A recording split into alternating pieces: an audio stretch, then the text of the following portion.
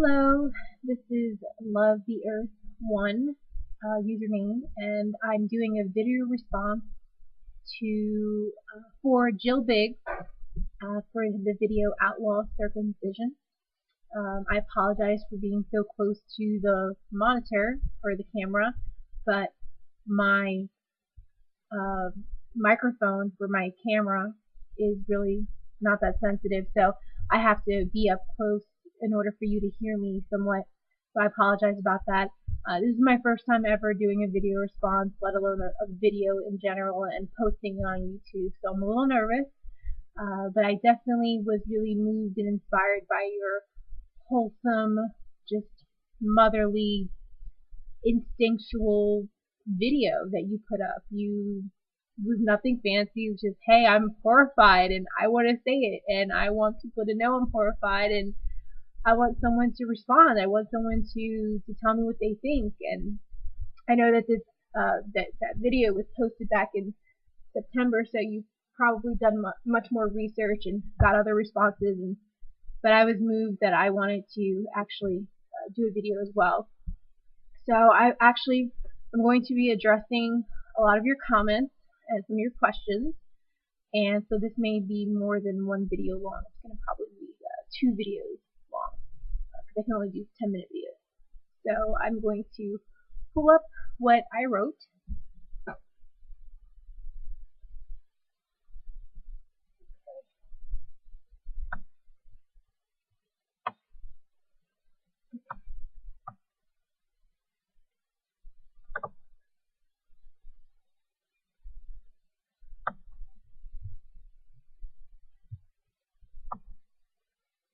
Okay, sorry, just getting myself together here.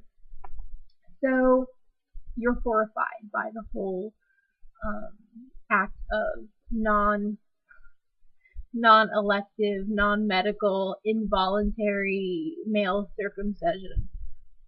So am I. Many people are.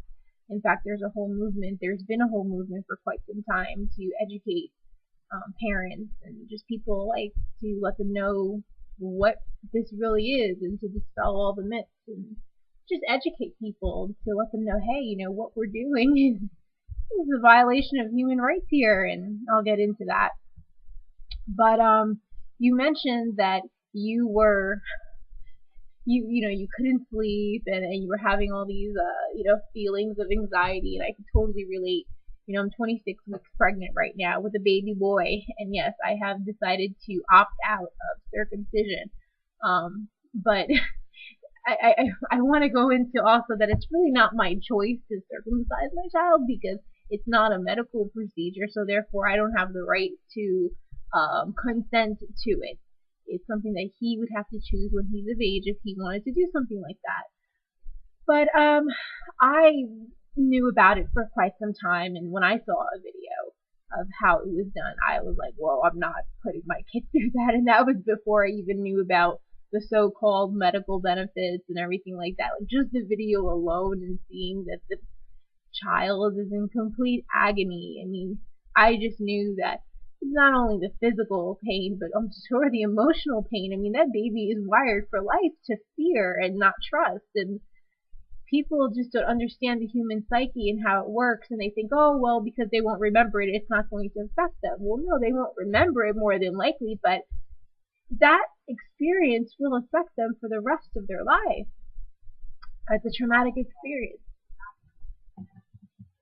So, I sympathize with you as a mother. I see that you have a little video blog of motherhood, and I think that's so cute and adorable.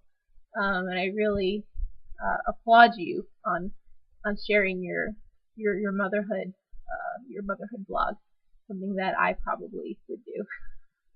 But anyway, getting back on track here, because it's already almost 5 minutes in and I haven't gotten to the meat and potatoes yet. So I'm a little bit of a blabbermouth, and like I said, I'm a little nervous. All right, so one question you asked was, why is this dominating society? You don't understand why this is being done, why people are embracing it or not questioning it. Well, most people, you have to understand how circumcision began. Here in the United States, I mean, in the 1800s, it was deemed as a medical procedure because it was believed to halt or stop or prevent masturbation, and they believed that masturbation caused many different diseases, including STDs. And then when they found that that wasn't true and that it was germs, they started saying that, well, it helps to prevent the spread of germs, and that's not true. Um, so it kind of just kept on getting adopted and adopted. You have to understand, just like many other things in this country, circumcision procedure is something that costs money, and the insurance companies pay for it, and so there's a whole monetary gain there between the insurance companies, the doctors, etc., and the care that goes into after once the circumcision is done on an infant baby boy. So all of these reasons is why it does continue to happen. They leave it up to the parent's choice, but they don't really, and they do that because they know it's not a medical medical procedure that's necessary. But they kind of shrug it off like, oh, well, it's the parent's choice. That's really just a cop out. These medical professionals, at least most of them who do their homework, really know that this is not medically necessary, and they just go along with the practice because it's what's done. Most people's mindset, I mean, I read an article recently that people are not really like people, but they're like sheep, and they're called sheeple because it doesn't take a large majority of folks to influence the majority. It takes like 5% or less of the population to influence the masses in either direction, which is why movements, whether they be positive or negative, can pick up pretty quickly, because a lot of people just don't think for themselves. Partially it's because they're lazy. They feel that, they have too much going on, it's just too much, or whatever the case is, but most people don't think for themselves. They let other informed people think for them and make decisions for them, which is why most of the world is completely screwed up. But anyway, getting back on topic. So yeah, that's why it dominates society. Most parents are not informed. If they really knew what was going on, they would halt this immediately. They just have to be educated, and a lot of parents, they really don't understand. They just think it's, oh, what's supposed to be done to a baby boy? I was circumcised and I'm fine, and but again, them just not going in to do the research. As a mother myself, when I got pregnant, I started getting all these like instinctual, like, research this, research that, and research, and yeah, circumcision is one thing that I looked up, and it's funny how you look it up on Google. I put circumcision, male circumcision, and then I found all the stuff how it prevents AIDS and HIV and yada da da da. That's not true.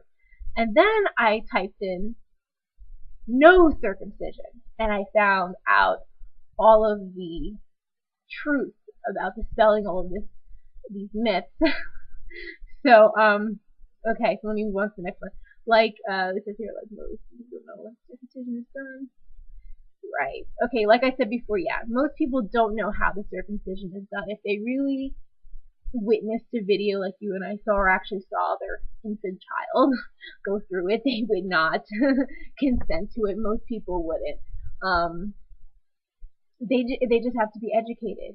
When they realize that this is not medically necessary, and that it's being done without anesthetic, and why it's being done without anesthetic, that's another whole issue. Like, why are they doing it without anesthetic? And I'll get into that in the next video. Yeah, they most people would not allow it. Mothers and fathers say, oh, well, it's hygiene, and they're just misinformed. If you teach a person about the function of the foreskin and how it works, and I mean, it's a functional part of the male and sexual anatomy. But I'm going to stop here because I'm running out of time, and I will do the next video in just a moment. Thank you.